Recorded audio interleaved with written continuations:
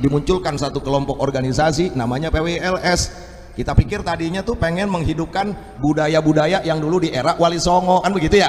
Kita pikir kan mau jagain makam-makam Wali Songo, kan begitu, namanya juga Wali Songo, betul. Nah ternyata dia gunakan Wali Songo untuk apa? Bubarin pengajian. Jawab yang kompak, kacau atau tidak? Blokir saja ceramahnya Dik Rizik Syihab itu, tangkap dan blokir, jangan dikasih izin.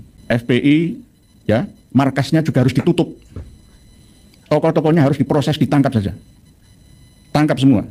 Assalamualaikum warahmatullahi wabarakatuh. Teman-teman, kita bertemu kembali di channel Cahaya Hidayah. Nah teman-teman, jadi di video kali ini saya akan memberikan video yaitu mengenai pembelaan dari Kiai Haji Awid Masyuri mengenai FPI. Jadi kata Kiai tersebut itu, Imam Jumbo Habib Rizik ini adalah pemersatu umat. Dan Imam Jumbo ini katanya mengajari akhlak.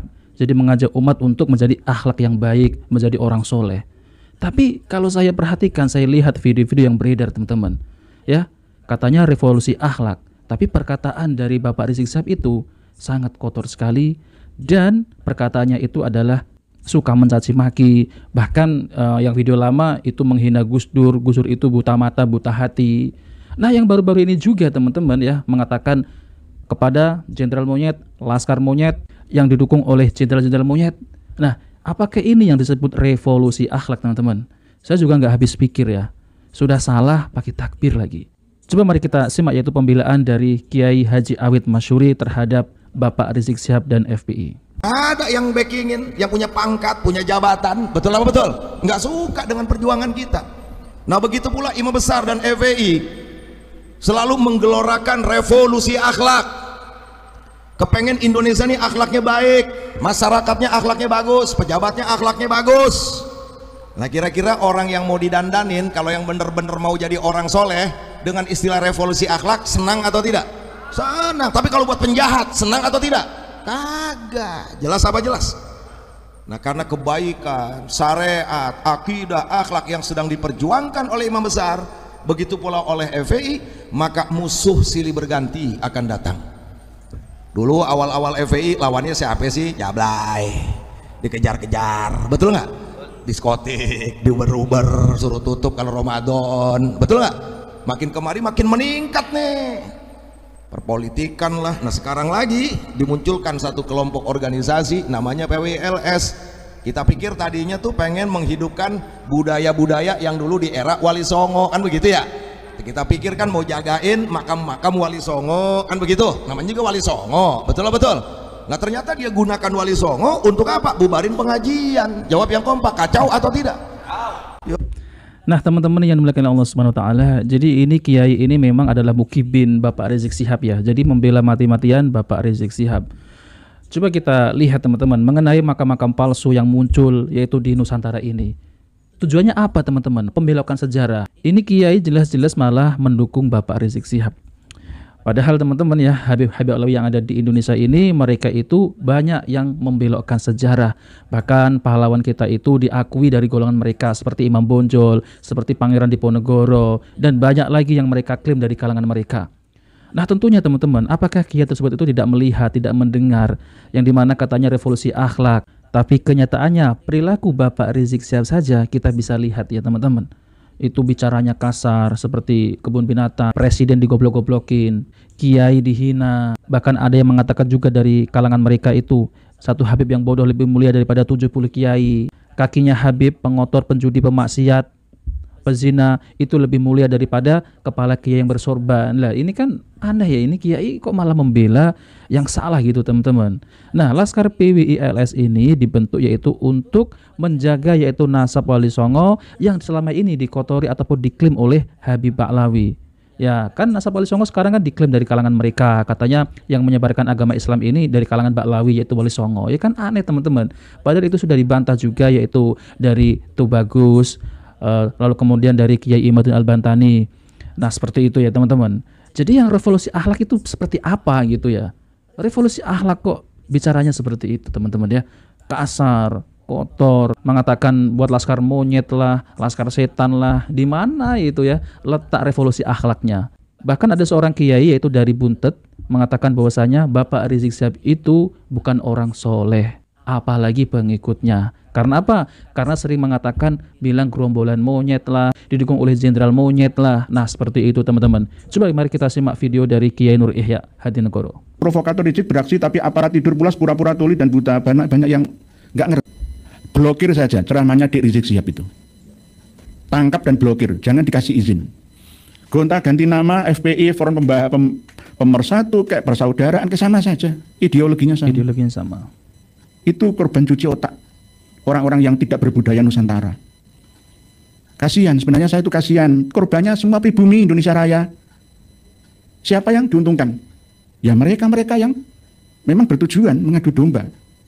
Jangan sampai kita membina kerukunan. Pak Ahmad Saleh kita ngaji di pondok, ada ustadznya bawa pendungan. Nggih, pendungan. Nggih, pendungan. Tung, bangun.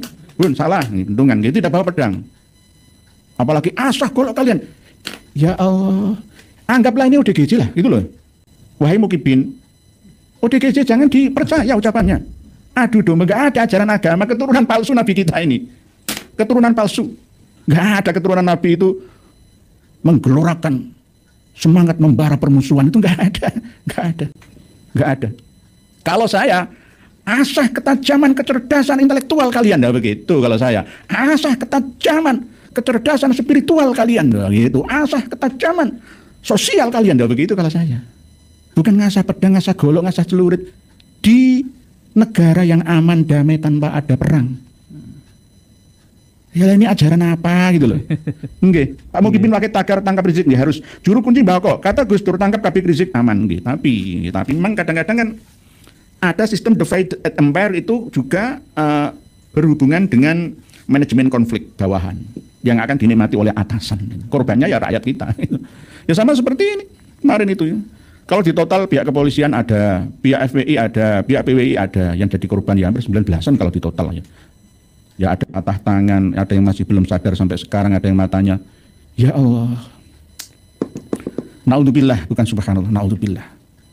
Terus siapa yang benar dan siapa yang salah?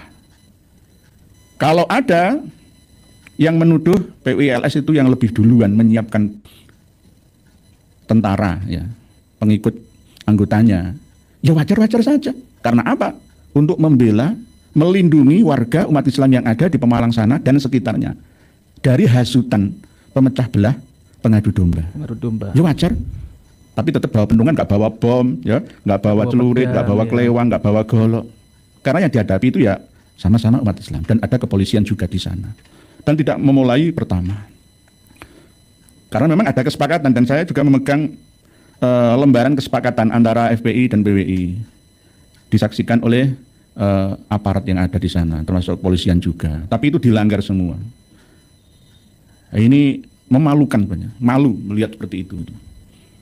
Berarti FPI itu seorang anak remaja, anak muda, kanak-kanak juga yang di depan, yang dikerahkan pertama, disuruh melawan bapaknya, mbahnya. PWLS itu mbah-mbah semua loh ya, bapak-bapak. Didoktrin dalam memori pikirannya itu PKI gaya baru. Lagi piye toh? Anggota PWI-LS itu orang-orang yang jujur, orang-orang yang tidak terikat dengan keuntungan duniawi, tahtawi, wanitawi yang ada di negeri ini, tidak hanya ingin ya membela negerinya, bangsa dan agamanya dengan kemampuan mereka. Jangan diserang wajahnya anggota PWI-LS itu lusuh-lusuh, ya, dukun-dukun, ya, gondrong-gondrong hitam-hitam seperti, jangan begitu.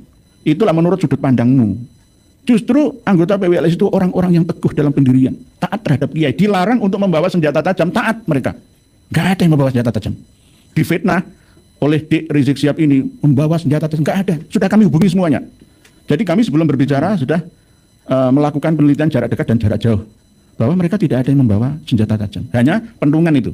Ya ada rotan, ada gagang pacul itu ya. Nggak sama paculnya, gagangnya saja. Gagangnya saja. Jadi tuduhan itu nanti bisa dibuktikan ya di pengadilan nantinya. Jelas yang membawa senjata tajam itu ini, saya tahu. Oleh sebab itu saya punya inisiatif sebenarnya. Kaos loreng-loreng merah putih yang dipakai oleh kawan-kawan Retan di Piring Madura, khususnya Laskar Sakera itu dicabut lagi aja lah. Karena itu dulu itu pemberian dari Betoro Katong, Adipati Pamanah Raga atau Ponorogo. Ketika kunjungannya Adipati Songenep, kan termasuk saudara kan ini keturunannya Bri Wijaya kelima. Dikasihlah anak-anaknya wilayah-wilayah. Termasuk diantaranya adalah Arya Panoleh atau Jaran Oleh penguasa atau adipati Songenep berkunjung ke Pamanah Raga atau Ponorogo. Di Ponorogo menyaksikan tarian sambutan ya yang ciri khas dari sana, termasuk ya biasanya itu reog gitu, kayak reog gitu kan. Sama. Jadi antara kesenian musik, tarian dan pakaian ya Madura itu meniru sana. Lersa alir alir gung, terus ono siwan sama seperti reog Ponorogo ya, karena memang dari sana. Peristiwa abad 19 18 ya di Gresik itu juga begitu. Gresik itu pernah mau dikudeta oleh Bupati Bangkalan Madura gara-gara Adipati Gresik pisuanan ke Surakarta sana. Nah, akhirnya yang dapat menundukkan justru ya dari Pamanah Raga karena lebih tua sana. Bathara Katong, Adipati Pamanah Raga atau Ponorogo. Oke, sudah diresmikan ya oleh pemerintah kita, itu menjadi ciri khas pakaian tretan di piring mendur. Tapi jangan begitu, Laskar Sakera itu pejuang membela negaranya, bangsanya. Kok malah ini sebaliknya? Dari tempat yang jauh perjalanan dari Sampang, mohon maaf nih, menuju ke Pemalang hanya untuk membunuh orang dengan alasan doktrin membela sang pejuang. Cucu Nabi. Coba ini cuci otak seperti apa ini? Seperti apa? Tolong kawan-kawan Tretan di piring Madura, ayo. Podo saya itu juga orang Madura. Sing kok ning mburo aja todus Dek. Dia sini aja todus saya. Lihat seperti itu. Sudah dinasihati ya sama Pak Tinggi, sama Kelebun, sama kepala desa sana. Enggak usah ikut campur urusan yang ada dari Pemalang. Itu urusan Pemalang sana. Enggak perlu orang Madura ikut-ikutan. Dulu pernah tentara-tentara Madura juga ke Juwana Pati ya ikut-ikutan. Ya karena perang Trunojoyo ya. Trunojoyo kan asli Sampang Madura. Yang akhirnya ya dihukum mati juga di Surakarta sana. Nah, ini jangan terulang kembali. Sekali lagi ini sudah beda eranya, zamannya. Pak Wali Songo setuju ya, cabut aja ciri khas Sakera gitu. Sakera itu melawan Belanda, ini malah melawan bangsanya sendiri, saudaranya. Ini piye toh? Loh. Piye toh? Sakera itu harus turun tangan ke Papua sana. Itu bener. Bagaimana nanti misalkan saya minta bantuan suku Dayak, tak kerahkan ke sini semua, tinggal tak calling saja, datang semua. Bagaimana? Chaos kita. Kerusuhan-kerusuhan tadi siapa yang diuntungkan? Gak ada yang diuntungkan. Kita semua babak belur. Di satu sisi kita seperti ini, di sisi yang lain kita melihat tetangga Asia Tenggara, Kamboja dan Thailand sana berperang merebutkan ya kebenaran ya di perbatasan kedua negaranya. Kita di sini malah perang saudara, itu bagaimana? Oleh sebab itu malam hari ini sudahi semua. Harus ada rekonsiliasi. Ya. FPI ya, markasnya juga harus ditutup. Tokoh-tokohnya harus diproses, ditangkap saja.